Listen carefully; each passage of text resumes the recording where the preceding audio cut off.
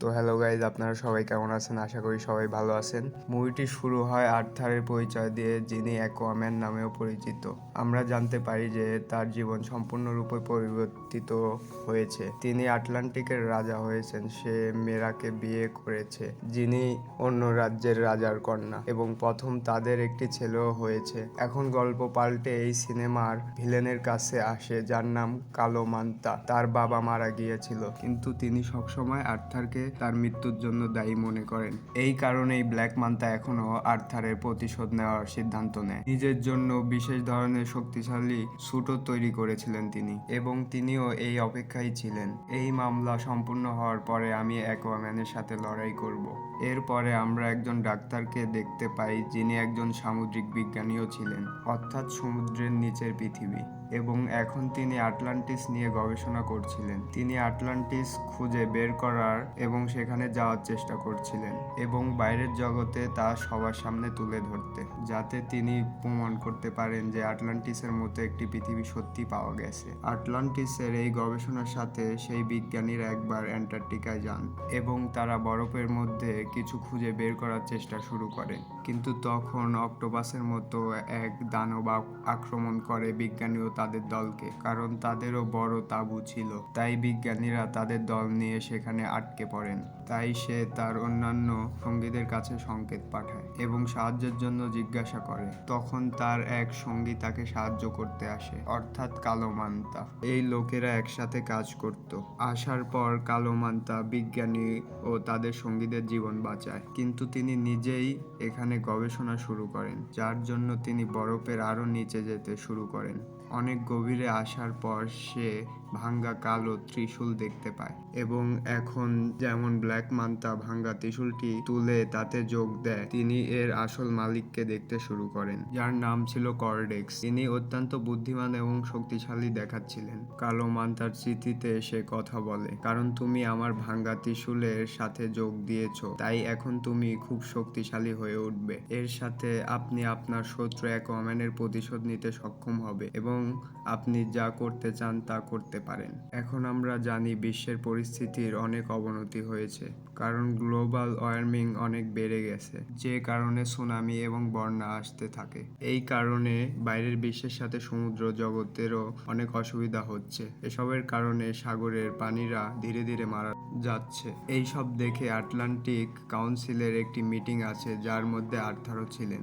এখানে আর্থার সমস্ত কাউন্সিলের সামনে এই প্রস্তাবটি রাখে, আমাদের দেখা উচিত এবং বাইরের বিশ্বের মানুষের সাথে কথা বলা উচিত, এবং আমাদের তাদের সাথে উন্নত প্রযুক্তি শেয়ার করা উচিত, যাতে বহির্বিশ্ব এভাবে বিকশিত হতে পারে এবং তারপর তারা আমাদের সমস্যার সমাধান করতে পারে। কিন্তু এটা স্পষ্ট যে কেউ এর সাথে একমত নয়। সব কাউন্সিল বলেছে এটা হতে পারে না। সেখানে ব্ল্যাক মান্তার স্যুট সম্পূর্ণ প্রস্তুত ছিল, এবং এখন সে কোনভাবে আটলান্টিসে প্রবেশ করতে চায়। অরিচালকাম চুরি করে। অরিচালকাম হলো আটলান্টিস রাজ্যে পাওয়া এক ধরনের ধাতু, যা পেট্রোলের মতোই কাজ করে। এছাড়াও অরিচালকামের অনেক উপকারিতা রয়েছে। তাই এখন ব্ল্যাক মান্তা তার দল বল নিয়ে আটলান্টিসে প্রবেশ করে অরিচালকুম পেতে সেখানে হামলা করে।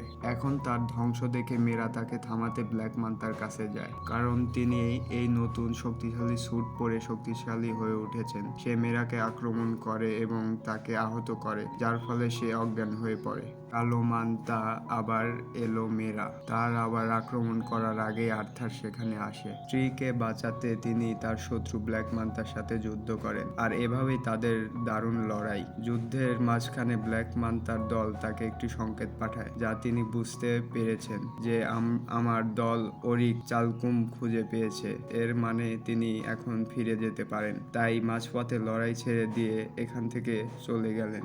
মেরার অবস্থা খুব খারাপ ছিল। যখন আর্থারের মা তাদের কাছে আসেন, আর্থারের মা তাকে বলেন যে এটা চিন্তার বিষয়। ব্ল্যাক মান্তা যদি সত্যি এখানে আটলান্টিসে অরিচালকাম নিতে আসতো, তাহলে অবশ্যই খারাপ কিছু ঘটতে চলেছে। এই কথা শুনে আর্থার তার মাকে বললেন, তাহলে এই বিষয়ে আমরা ভাই ওমরের সাহায্য লাগবে। কিন্তু কেন?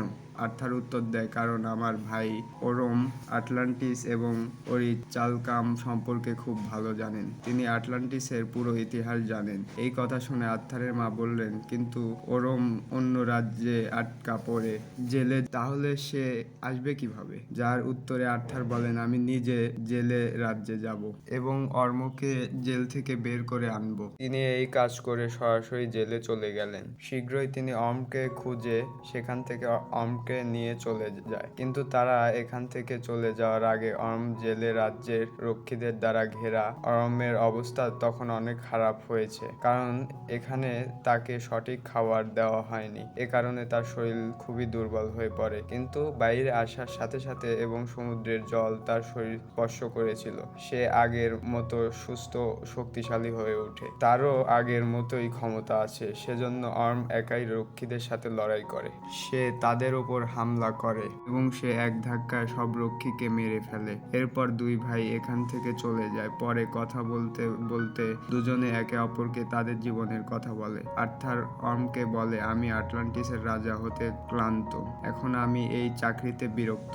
কিন্তু এই কথা শুনে অর্ম বেশ অবাক হলো। সে আর্থারকে বলে, আমিও রাজা হওয়ার চেষ্টা করেছি, ছোটবেলা থেকেই রাজার সিংহাসন পেতে, কিন্তু তুমি সেই সিংহাসন পেয়েছো, তুমি সিংহাসনকেও পাত্তা দিও না। এটি বেশ অদ্ভুত এবং আশ্চর্যজনক। তারপর দুজনে সোজা কিং ফিশের কাছে যায় এবং তাকে কালো মান্তা সম্পর্কে জিজ্ঞাসা করে, যার ওপর রাজা মাছ উভয়কে উত্তর দেয় যে আপনি একটি দ্বীপে কালো মান্তা পেতে পারেন, দ্বীপটি দক্ষিণ এলাকায়। আর এই কথা শোনার পর দুই ভাই এই দ্বীপে যাওয়ার জন্য দক্ষিণ এলাকায় যায়, কিন্তু তারা যখন এখানে আসে তারা দেখতে পায় পুরো দ্বীপ বদলে গেছে। অরিচালকুম জ্বালিয়ে মনে হয় তার ধোঁয়া এখানে ছড়িয়ে পড়েছে। এ কারণে গাছপালা এমনকি পশু পাখিও এখানে সম্পূর্ণরূপে পরিবর্তিত হয়েছে, যার কারণে তাদের আকার অনেক বেড়ে গেছে। এমনকি এখানকার ইঁদুরগুলো এত বড় হয়ে গেছে যে তাদের আকার একটি হাতির মতো দেখায়। একজন বিজ্ঞানীকে দেখানো হয়েছিল যা এখন কালো মান্তার অবস্থানে।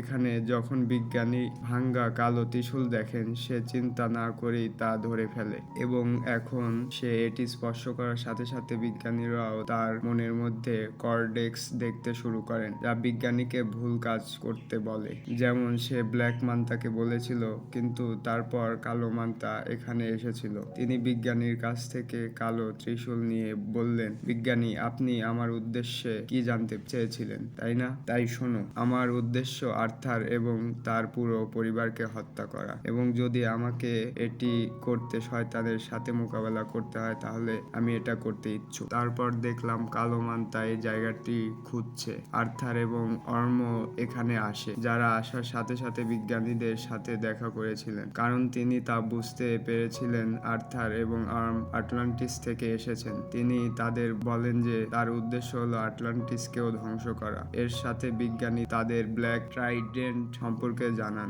এবং সাথে সাথে সে এটি স্পর্শ করে। ট্রাইডেন্ট এটি তাদের খুব খারাপভাবে আঘাত করেছে।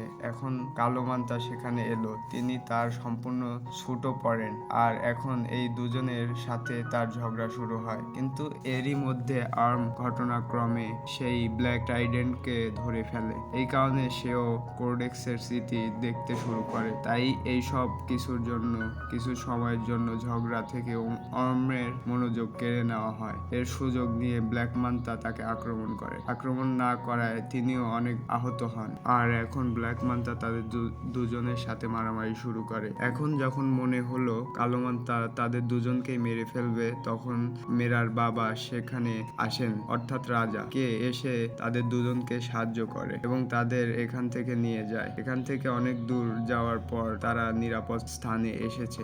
আর্ম তাদের কালো ত্রিশূল সম্পর্কে সবকিছু বলে। আর্থারের বাবাই ছিলেন আটলান্টিসের খোঁজে, তার একটি শক্তিশালী ত্রিশূলও ছিল, যা এখন তার ছেলে রাজা আর্থারের কাছে। কিন্তু রাজা অর্থাৎ আর্থারের বাবাও একটি ভাই ছিল, যিনি কোর্ডেক্স ছাড়া আর কেউ ছিলেন না, এবং তিনি এই ব্ল্যাক ট্রাইডেন্ট তৈরি করেছেন। এখন আর্থারের বাবা রাজার মতো আটলান্টিস রাজ্য শাসন করছিল। কোর্ডেক্স অন্য রাজ্য শাসন করছিল, যা ছিল সম্পূর্ণ অন্ধকার রাজ্য, অর্থাৎ বিপজ্জনক পানি এবং দানব ছিল। কিন্তু ঝামেলা শুরু হলো যখন কোর্ডেক্স তার আসল রূপ দেখালো। প্রকৃতপক্ষে কোর্ডেক্স তাকে থেকে আটলান্টিসের অরিচালকাম চুরি করতে চেয়েছিল এবং আরো শক্তিশালী হয়ে উঠুন। কিছুটা হলেও তিনি এই কাজটি করেছিলেন, কিন্তু এই কাজ করে আটলান্টিস এবং সমুদ্রের অন্যান্য পানি মারা যাচ্ছিল। এছাড়াও আটলান্টিসের ভিতরে রোগ ছড়িয়ে পড়েছিল। এমন অবস্থা দেখে কিং আর্থারের বাবা কোর্ডেক্সের বিরুদ্ধে রুখে দাঁড়ান এবং তাকে এই সব বন্ধ করতে বলেন, কিন্তু কোর্ডেক্স ক্ষমতার নেশায় পাগল হয়ে গেল। সে তার ভাই রাজার বিরুদ্ধে বিদ্রোহ করতে পারে। এটি হওয়ার সাথে সাথে উভয়ের মধ্যে যুদ্ধ শুরু হয়, কিন্তু যুদ্ধে রাজা কোর্ডেক্সের পরাজিত হয়ে বন্দী করেন। এখন তিনি এখানে চিরতরে বন্দী এবং কখনো বের হন না। এর জন্য রাজা তার রক্ত ব্যবহার করেছিলেন। ফলস্বরূপ কোর্ডেক্স একটি জাদুকরী কারাগারে বন্দী ছিল, যেখানে থেকে বের হওয়া অসম্ভব। পরে আর্ম বলে যে এই সময়ে কোর্ডেক্স স্মৃতির মাধ্যমে কালো মান তার মনে আটকে আছে, কারণ তাকে ব্যবহার করে কারাগার থেকে মুক্ত হতে চায়। এই কথা শুনে আর্থার ও ওমরের মা পুরো ব্যাপারটা বুঝতে পারলেন।